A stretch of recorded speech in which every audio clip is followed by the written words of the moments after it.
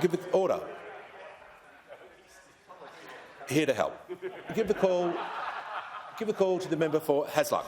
Thank you, Speaker. My question is to the Prime Minister. What actions is the Albanese Labor government taking to make sure that Australians are getting better prices at the supermarket? And what approaches has the government rejected because they would lead to higher prices? Give the call to the Prime Minister.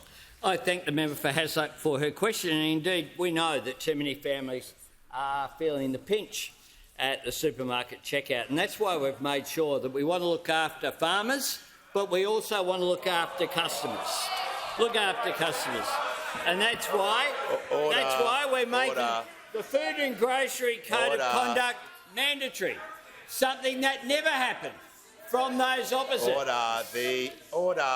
No, it's pretty clear in my remarks about 30 seconds before.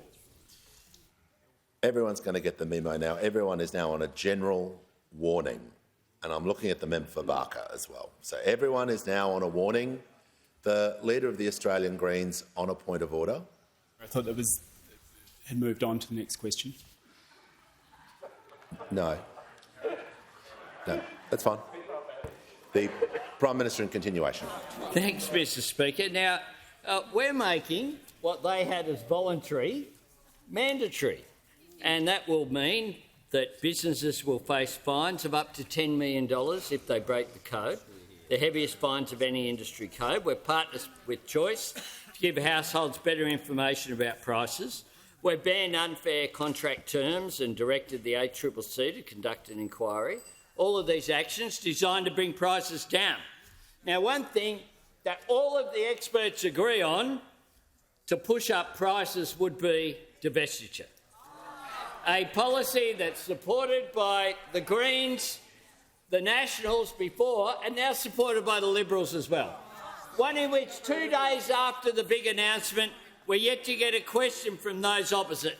So we've got to organise our own questions about their policies, Mr Speaker. But I'm glad that we're obliged by the member for Hasluck, because this isn't so much a policy as an unexpected item in the baggage area. That's what this is, Mr Speaker. As the independent review states... Order. The Prime Minister will pause. Order, members. The Minister for Education is not helping the situation. The member for Page on a point of order. Thank you, Speaker. The point of order is relevance. We always have in questions you allow compare and contrast in an answer, but every single answer the government has given today has been selecting the opposition.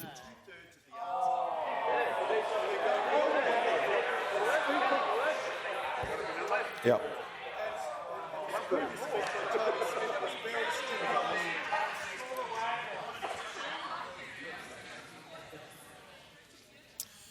Yes, the member for Page has raised a point of order, but the question cannot just simply be about the opposition's policy. So the question was about the actions the government's taking and what has the government to ensure that outcome that he was asked about, the Prime Minister was asked about, and then what has the government rejected. So we're about halfway through the answer. So it's about a 50... Yes, so the Prime Minister is obviously outlining what the government is rejecting, but he can't have his whole answer about it, and he hasn't done that so far. So he's being directly relevant. Here's the call. Don't worry, Hogs, I'll bring it home.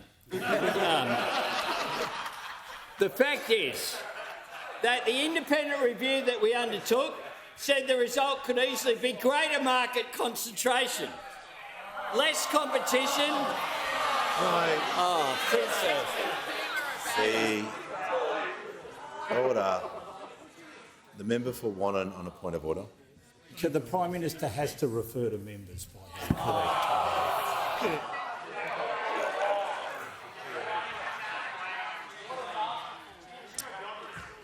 Okay, the Prime Minister will refer to members by their correct titles. Sure will.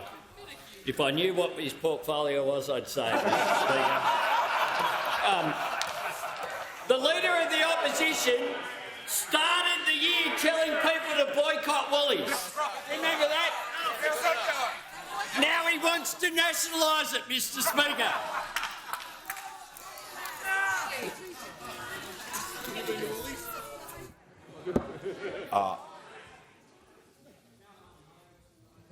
Order. The member for Page, and this better be a decent point of order because we're disrupting. Point of order on hubris, No, resume. Speaker, because Resume. No. Resume your seat, and you may leave the chamber on as well.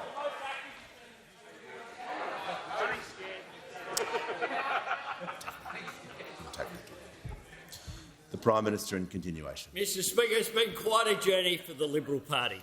Menzies tried to ban the Communist Party. They want to adopt the Communist Party model. They want publicly owned energy through nuclear energy, and now they want, one would assume, publicly owned supermarkets.